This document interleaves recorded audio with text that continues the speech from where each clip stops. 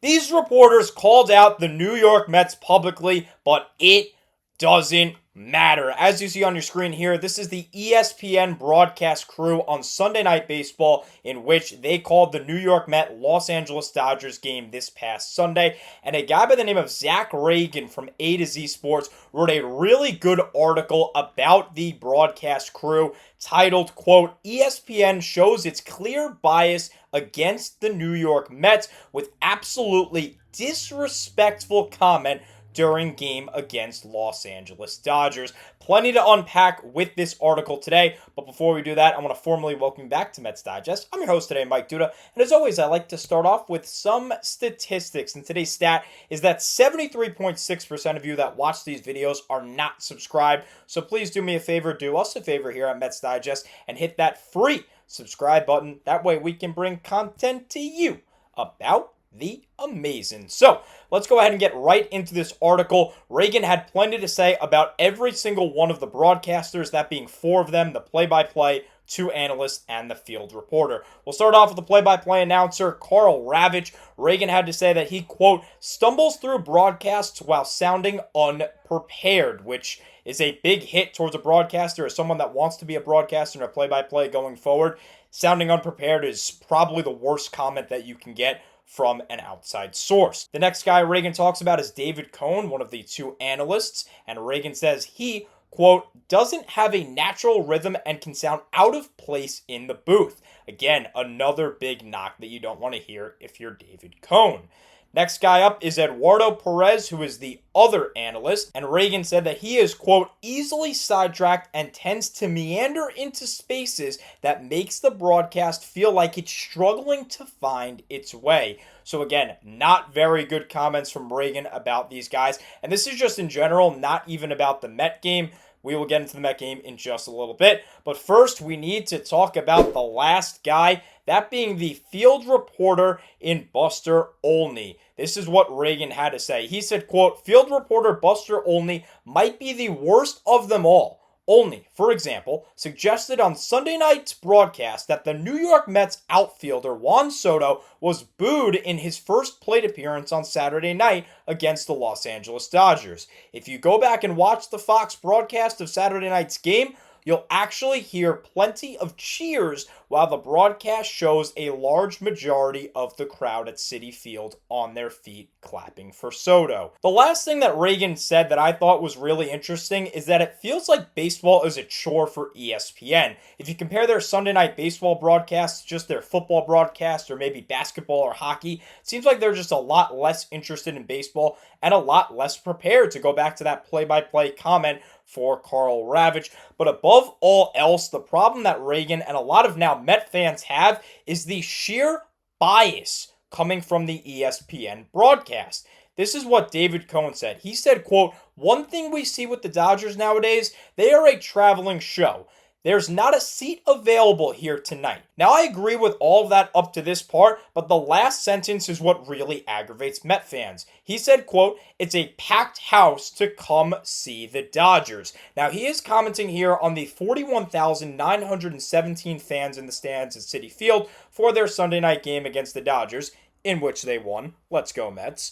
And then he later said that the Mets, quote, have something going on this year too, end quote, but it sparked a lot of controversy, which we will see here in some tweets. First tweet is by Average Joe Sports Betting. He said, quote, this ESPN crew crediting the large crowd at Citi to the Dodgers being in town is not just insulting to Met fans and the Mets, but it's incredibly ignorant to the truth that the Mets have been packing the house every weekend. Next tweet that we have here is by Adam Bernard. He said, quote, ESPN saying the Dodgers were the reason Citi Field was filled and closing out the game by joking about Chase Utley breaking Ruben Tejada's leg is exactly why all of us Mets fans can't stand national telecasts. We won this game and their booth barely noticed.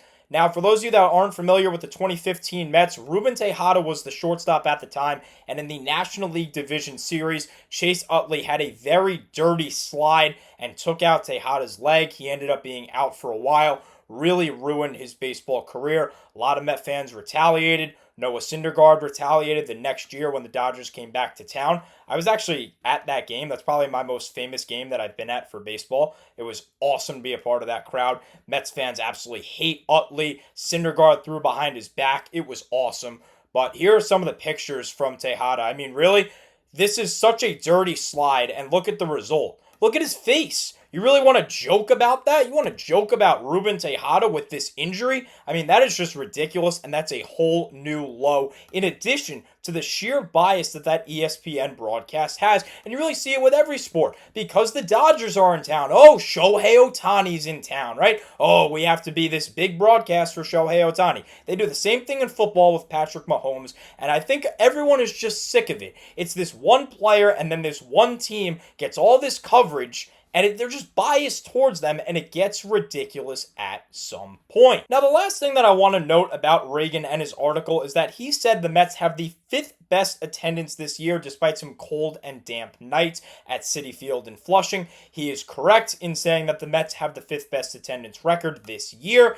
And yeah, he's right with the weather. Sometimes and most times, weather is going to be a factor of if a fan wants to go to the game or not, if a team is going to have a good crowd or a bad crowd, especially with these big market teams in these big market cities like New York and like the Mets. And so yeah, despite some bad weather, the Mets still have amazing attendance. You see it yesterday with the game on Monday on Memorial Day. 39,938 fans to go watch the Mets play the White Sox, probably the second worst team in baseball right now. That's awesome. And then if you want to say, yeah, I mean, it's Memorial Day, you're going to get a good crowd. You're not normally going to get a good crowd on a Monday against a bad team. Well, look at the last home game that the Mets had. They played the Pirates on a Wednesday. Again, a really bad team in the MLB. 34,473 fans, and that was the worst day of attendance out of the 3-game set. It's not the big teams that are drawing in these crowds, it's the fact that the Mets are good. It's the fact that the Mets have a big fan base, and a lot of people want to come to the games. Now, some more statistics here on the fan base. The lowest attendance record this season is 28,630. That came on Monday, April 7th against the Marlins, when the feel-like temperature was never above 40 degrees, and still 68% of capacity was filled at Citi Field. I mean, we'll go back to the good teams and the bad teams. Even against teams that are below 500 this year, the Mets are averaging 35,441 fans. Their overall average is 37,428. So there's about a 2,000 fan difference between the average game and when a bad team comes into town. That obviously just shows that ESPN comment was ridiculous. Last thing that I want to go over in terms of the fan base, on Mondays, the Mets are averaging 34,895 fans. Tuesdays, 34,118, and Wednesdays, 33,118. It never gets worse than 33,000 fans on average for a day. Monday, Wednesday, Tuesday are usually your worst days in attendance because people have work, people have school. But I mean, all of these numbers just show that comment was ridiculous. The Mets don't draw a crowd because of the opposing team. The Mets are drawing a crowd because of the Mets. But hey, it doesn't matter. Look at this. This was awesome. The Mets are having fun post the OMG era, post 2024 when OMG and Grimace were a big thing. Look at this. Steve Gelbs, you can see him smiling there as Francisco Lindor is hugging him, making sure that Gelbs got the body armor dump instead of Lindor. They're having fun with the reporters. They enjoy the media. They enjoy New York. If you heard the clip, Brandon Nimmo is laughing it up. Francisco Lindor is super excited after his walk-off yesterday against the Chicago White Sox. Everyone's having a good time. It's just a good time in Flushing, despite what the ESPN crew has to say. Mets are 33-21. They're only a game and a half back in the division of the red-hot Philadelphia Phillies, the best team in the National League. Mets are still tied for the second best record in the NL. They are first in the wild card by 2 games. They just took 2 out of 3 from the defending World Series champion Los Angeles Dodgers. Their pitching is just ridiculous. The next 5 games are also favorable, 2 against the White Sox and 3 against the worst team in baseball in the Colorado Rockies.